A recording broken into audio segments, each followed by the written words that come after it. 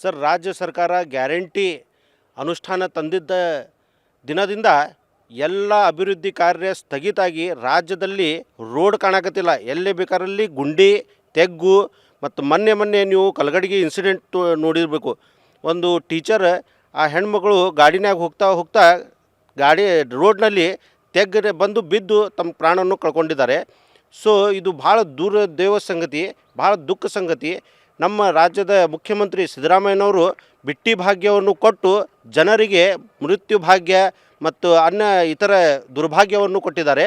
So ಇದು ಅತ್ಯಂತ ಖಂಡನೀಯ ಅಂತ ನಾನು ಹೇಳ್ತೇನೆ ಸರ್. ಹೌದು ಸರ್, ಗ್ಯಾರಂಟಿ ನೆಪನಲ್ಲಿ ಯಾವುದೂ ಅಭಿವೃದ್ಧಿ ಕಾರ್ಯ ಆಗತ್ತಿಲ್ಲ. ರೋಡ್ ಆಗಲಿ, ಡ್ರೈನೇಜ್ ಆಗಲಿ ಎಲ್ಲ ಹದಗೆಟ್ಟು ಬಿಟ್ಟಿದೆ. ಎಲ್ಲ ಸರೌಂಡಿಂಗ್ ಎಲ್ಲ ಸುತ್ತಮುತ್ತಲು ಎಲ್ಲ ಊರಲ್ಲಿ ನಾವು ಏನಾರು ಕೇಳಿದರೆ ಏನು ರೀ ರೋಡ್ ಇಲ್ಲ, ಗುಂಡಿಗಳು ಮುಚ್ಚಾಕತ್ತಿಲ್ಲ, ಇದೇ ಒಂದು ಏನಾರು ಜನಪ್ರತಿನಿಧಿಗಳಿಗೆ ಹೇಳಿದ್ರಂದ್ರೆ ಅವರು ಬರೀ ಗ್ಯಾರಂಟಿ ಕೊಡಾಕತ್ತೀವಿ, ಅದು ಗ್ಯಾರಂಟಿ ಅನುಷ್ಠಾನ ಮಾಡ್ಯಾರ, ಅದು 4 ತಿಂಗಳ 5 ತಿಂಗಳಿಗೆ ಬಿಡುಗಡೆ ಮಾಡಾಕತ್ತಾರೆ. ಸೊ ಇದೆಲ್ಲ ನೆಪ ಅವ್ರಿಗೆ ಸಿಕ್ಕಿದೆ. ಈ ನೆಪದಲ್ಲಿ ಅವರು ಪೂರಾ ಅಭಿವೃದ್ಧಿ ಕಾರ್ಯ ಸ್ಥಗಿತ ಮಾಡಕತ್ತಾರೆ. ಕಾಂಗ್ರೆಸ್ನವರು ವಿರೋಧ ಮಾಡ್ತಾರೆ ಗ್ಯಾರಂಟಿ ಬೇಡ ಅಂತ. ಹೌದು ಸರ್, ಮತ್ತು ಜನಪ್ರತಿನಿಧಿಯಾಗಿ ಅವ್ರು ಜನರ ಓಟ್ ಆಗಿರ್ತಾರೆ. ಜನರ ಅಪೇಕ್ಷೆ ಏನಿರ್ತೈತಿ, ರೋಡ್ ಮಾಡಬೇಕು, ನಮ್ಮ ಶಾಸಕರು ಬಂದು ರೋಡ್ ಮಾಡ್ತಾರೆ, ಗುಂಡಿಗಳು ಸರಿ ಮಾಡ್ತಾರೆ ಅಂಥೇಳಿ ಅವ್ರದ್ದು ಅಪೇಕ್ಷೆ ಇರ್ತೈತಿ.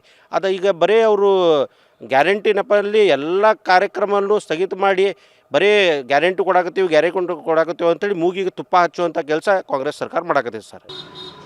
ಈ ಗ್ಯಾರಂಟಿ ಯೋಜನೆ ಬಗ್ಗೆ ಏನು ಹೇಳ್ತೀರಿ ಸರ್? ಗ್ಯಾರಂಟಿ ಕೊಡೋದ್ರಿಂದ ಡೆವಲಪ್ಮೆಂಟ್ ಅಂತೂ ಆಗ್ತಿಲ್ಲ.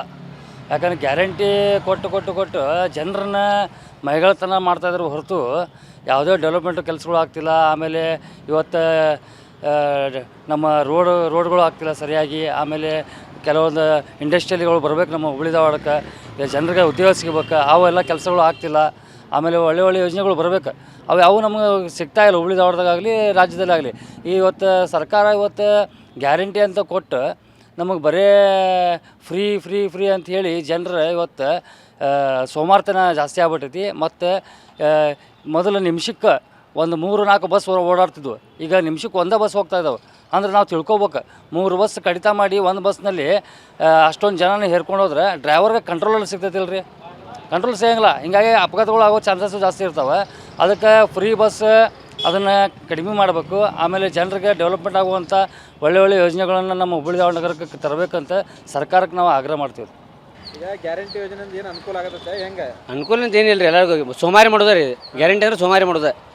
ಮನುಷ್ಯಾಗ ದುಡ್ಯಾಗ ಕೆಲಸ ಕೊಡ್ಬೇಕು, ಮುಂಚೆ ಕೆಲಸ ಕೊಡ್ಬೇಕು. ಕೊಟ್ಟರೆ ಗ್ಯಾರಂಟಿ ಹೆಂಗೆ ಕೊಡೋಕೆ ಮನ್ಯಾಗ ಒಲೆ ಹಚ್ಚೋದನ್ನು ಕೊಡ್ಬೇಕು ರೀ. ಮನೆ ಒಟ್ಟು ಒಲೆ ಹಚ್ಚಬಾರ್ದು. ಎಲ್ಲ ಸರ್ಕಾರ ಮುಂಜಾನೆ ನಾಷ್ಟ, ಮಧ್ಯಾಹ್ನ ಊಟ, ರಾತ್ರಿ ಊಟ ಏನು ಬೇಕು ಸರ್ಕಾರ ಕೊಟ್ಬಿಟ್ರೆ ಮಂದಿ ಆರಾಮ್ ನೆಮ್ಮದಿ ಮನ್ಯಾಗ ಇರ್ತಾರೆ ರೀ. ಇಂಥವು ಕೊಡ್ಬೇಕು ಸ್ಕೀಮ್ ಕೊಟ್ಟರೆ. ಇದು ಒಬ್ರಿಗೆ ಕೊಡೋಕ್ಕಿಂತ ಏನೈತಿ ಸರ್ಕಾರ ಕೊಟ್ಟಂಗೆ ಮಾಡಿ ಕಸ್ಕೊಳ್ಳೋದು ಭಾಳ ಐತಿ ಇದ್ರಾಗ, ಮತ್ತೇನಿಲ್ಲ ಇದ್ರಾಗ.